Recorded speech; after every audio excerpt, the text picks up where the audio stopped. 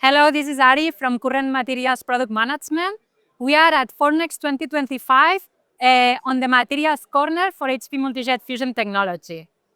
Following our polymers strategy of enabling more applications at scale, we are here to showcase how we have done such thing.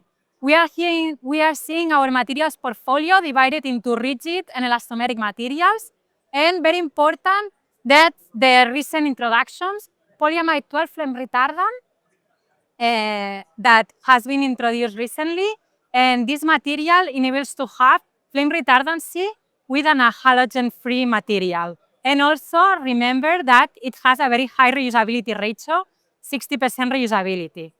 And last but not least, we have today introduced the Polyamide 11 Gen 2.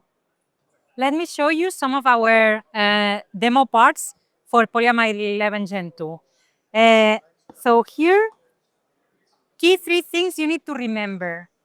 This material has a higher reusability than Polyamide 11, so this material is 80% reusable.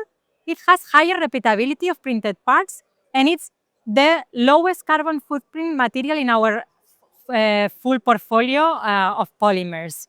And remember that this is also a bio-based material.